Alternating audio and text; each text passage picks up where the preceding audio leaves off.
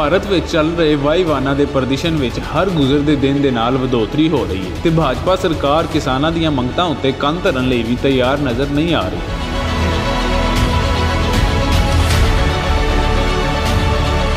ਇਸ ਸੂਰਤ-ਏ-ਹਾਲ ਵਿੱਚ ਕਿਸਾਨਾਂ ਦੀ ਆਵਾਜ਼ ਨਾਲ ਆਵਾਜ਼ ਮਿਲਾ ਕੇ ਸਿੱਖ ਫਾਰ ਜਸਟਿਸ ਮੂਵਮੈਂਟ ਨੇ ਇਸ ਮੁੱਦੇ ਨੂੰ ਲੰਡਨ ਵਿੱਚ ਵੀ ਭਰਵੇਂ ਤਰੀਕੇ ਨਾਲ ਚੁੱਕਿਆ ਤੇ ਆਪਣੇ ਪੰਜਾਬੀ ਵੀਰਾਂ ਨਾਲ ਉਚੇਚੀ ਸਾਂਝ ਪਾ ਕੇ ਲੋਕਾਈ ਨੂੰ ਦੱਸਿਆ ਕਿ ਪੰਜਾਬੀ ਦੁਨੀਆ ਦੇ ਕਿਸੇ ਵੀ ਕੋਨੇ ਵਿੱਚ ਹੋਵੇ, ਉਹਨਾਂ ਦੀ ਆਪਸੀ ਸਾਂਝ ਕਿਸੇ ਵੀ ਸਿਆਸਤ ਦੀ ਨਜ਼ਰ ਨਹੀਂ ਹੋ ਸਕਦੀ।